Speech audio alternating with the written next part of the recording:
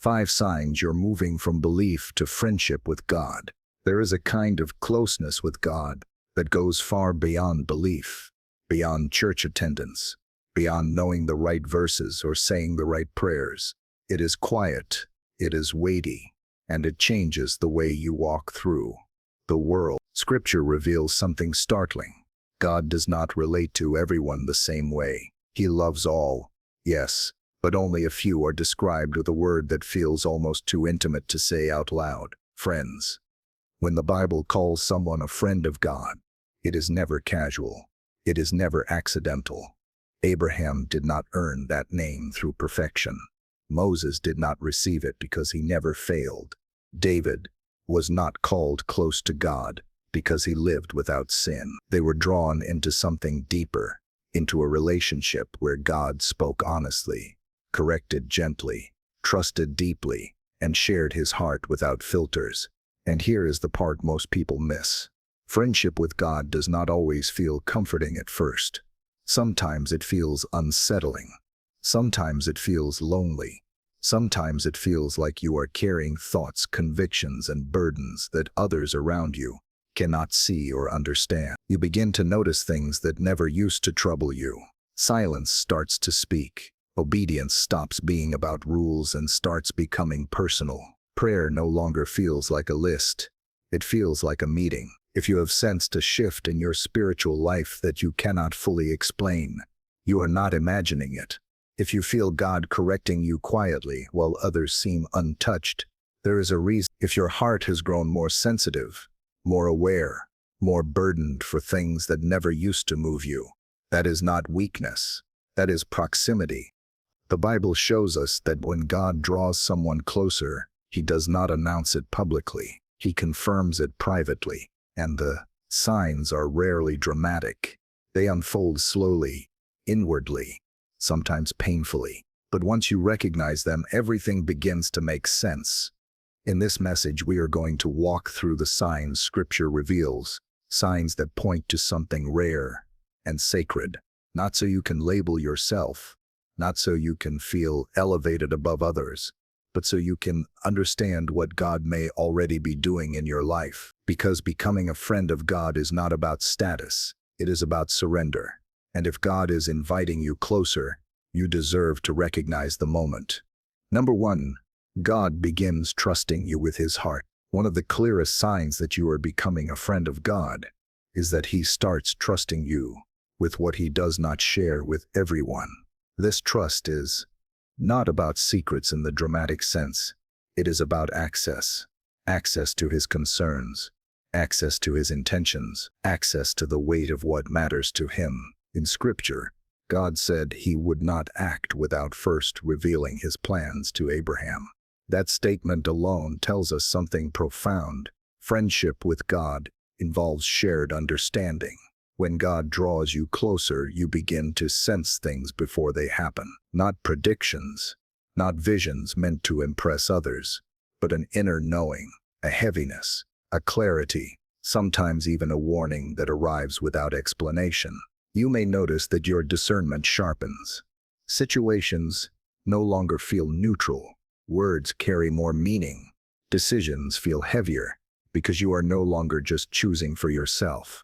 God allows you to feel the consequences of choices before they unfold. That can feel overwhelming at first. Many people mistake this weight for anxiety or spiritual fatigue, but it is actually responsibility. Friends of God are trusted with his heart, and his heart carries both love and sorrow. You may feel burdened for people who never asked for your prayers. You may feel compelled to intercede without knowing why. You may sense God grieving over things the world celebrates. This is not punishment. This is partnership. God does not trust everyone with his burdens. He trusts friends. And when that trust begins, your spiritual life stops feeling light and casual. It becomes intentional, focused, sacred. You realize that God is not just listening to you, he is confiding in you. Number 2, obedience stops feeling forced and becomes personal. Another unmistakable sign of friendship with God is a shift in how you obey him.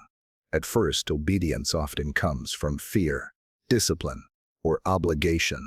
You do what is right because you are told to, because Scripture gently points towards so because you don't want to be wrong. But when friendship forms, something changes inside you.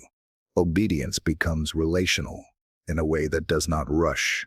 Jesus said that servants do what they are told without understanding, but friends know what the Father is doing. When God begins treating you as a friend, He does not just give commands, He gives context. You start to understand why He asks certain things of you, and even when you don't fully understand, you trust His heart. You may notice that delayed obedience starts to bother you deeply, not because you fear consequences, but because disobedience feels like distance. Saying no to God no longer feels like breaking a rule. It feels like breaking trust, and saying yes, even when it costs you, brings a strange peace that logic cannot explain. This is also where God begins to challenge you quietly. He may ask you to walk away from things others see as harmless. He may nudge you to act with integrity when no one is watching. These instructions are often subtle, personal, and unannounced. They are not meant for public display. They are meant to protect intimacy. Friends of God obey because they love, not because they are afraid. And when obedience becomes personal, you realize something important. God is not trying to control you. He is inviting you to walk with Him. Number 3, God corrects you privately before the world ever sees it.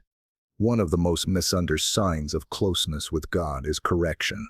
Many people assume that being close to God should mean fewer confrontations, fewer uncomfortable moments, fewer inner warnings. But Scripture shows the opposite. The closer you walk with God, the quicker He corrects you, and the quieter He does it. When God begins treating you as a friend, He does not wait for public failure to address private issues. He speaks to you early, often gently, sometimes firmly, but almost always in secret. A thought interrupts you. A conviction settles in your spirit. A peace you had suddenly lifts. No one else sees it. No one else hears it. But you know, this kind of correction is not condemnation. It does not shame you. It draws you back. It feels like a loving interruption rather than a harsh rebuke. And the reason is simple. God protects what He is close to. He knows that public exposure can damage what private correction can heal.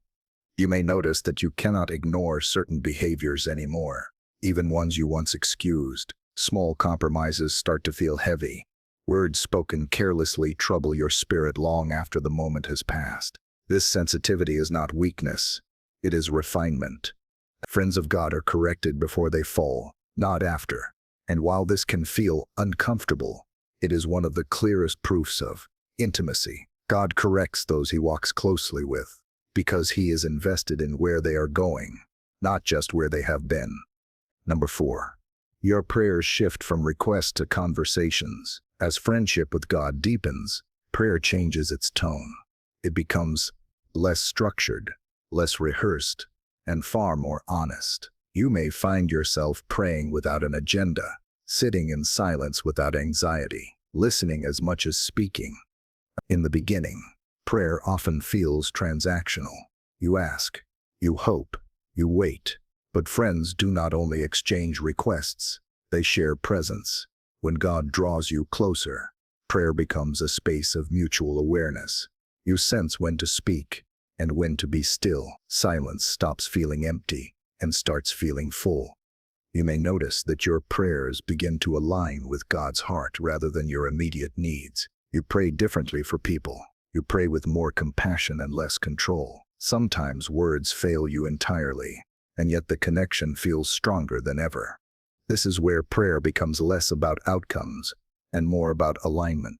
You are no longer trying to persuade God to act. You are positioning yourself to move with Him, and often, before you finish praying, you sense His response, not always as an answer but as peace, clarity, or direction. Friends of God, fear often softens with time, silence, and prayer. They recognize it as shared presence, and when prayer becomes conversation, you realize that God has not only been listening to you, He has been inviting you to you may notice to him. Number 5. God allows you to see his pain for the world. As friendship with God deepens, he begins to share something most people are never prepared for. His grief, not in a dramatic or overwhelming way, but in quiet moments when your heart is suddenly moved by things you used to overlook. You feel pain that doesn't originate from your own life. A heaviness rises when you see injustice, broken families, hardened hearts, or people running from truth, and you don't always know why it affects you so deeply. This is not emotional sensitivity alone. It is spiritual intimacy. Throughout Scripture, God allowed his closest servants to feel what he felt. They wept when others celebrated. They carried sorrow that could not be explained by circumstance. And you may find yourself praying with tears, not because of personal loss, but because something in the world feels wrong, and you can't ignore it anymore. These burdens often come without instructions. God doesn't always tell you how to fix what you feel. He simply invites you to carry it with him. Intercession replaces frustration. Compassion replaces judgment. You stop asking why people are broken and start asking how you can stand in the gap for them. Friends of God are trusted with his compassion, and compassion always costs something. It stretches your heart. It pulls you out of spiritual comfort, but it also aligns you with the very heart of Christ. When God allows you to feel his pain, it is not to crush you, it is to include you. Number 6, you become comfortable with God, seeing the real you. One of the quietest yet most freeing signs of friendship with God is honesty. Not the polished kind, not the spiritual kind, but the kind where you stop hiding who you really are in his presence. You no longer feel the need to perform in prayer. You don't rush to sound faithful or strong. You bring your doubts, your exhaustion, your confusion, and your unanswered questions without fear of rejection. And instead of pulling away, God draws closer. Scripture shows this kind of relationship over time. David spoke to God with raw emotion. Anger, fear, regret, hope, all in the same breath. He did not filter himself. He trusted God enough to be real. That kind of vulnerability does not come from confidence in yourself. It comes from confidence in God's love. You may notice that pretending becomes exhausting. Wearing spiritual masks feels dishonest. You would rather be weak and close to God than strong and distant. And in that honesty, something shifts. God meets you where you are, not where you think you should be. Friends of God are not fearless, they are honest. And when you become comfortable letting God see the real you, you realize something powerful he already did, and he stayed. Number 7. God entrusts you with influence over others' lives. One of the final signs of friendship with God is subtle, often invisible to others, and rarely announced. God begins to trust you with influence, not the kind that comes from titles, platforms, or recognition, but the kind that changes outcomes in places no one applauds. You may notice that your prayers begin to carry unusual weight. Situations shift after you intercede. Doors open or close without explanation. People are protected, redirected, or strengthened, and they may never know your name. This is not coincidence. It is responsibility. Throughout Scripture, friends of God stood in the gap. They delayed judgment. They secured mercy. They altered direction through prayer alone. God allowed them to speak into moments that shaped history, not because they were perfect, but because they were trusted. This influence does not feel powerful at first. It feels heavy. You sense when to pray and when to stay silent. You feel accountable for words, spoken and withheld. God begins to place people on your heart, not for conversation, but for covering. You carry spiritual authority without public visibility. Friends of God do not seek influence. They are entrusted with it, and that trust comes with humility, reverence, and deep awareness that lives are affected by obedience done in secret. Conclusion. In a way that does not rush. Friendship with God is not something you claim. It is something you recognize by the way your heart has been changed, by the weight you carry quietly, by the sensitivity you didn't ask for, by the closeness that sometimes costs you comfort, but gives you peace. If these signs resonate, it does not mean you are ahead of others. It means God may be inviting you deeper, and that invitation often comes during hidden seasons, when there is nothing to prove and no audience to impress. God has always desired relationship, not performance.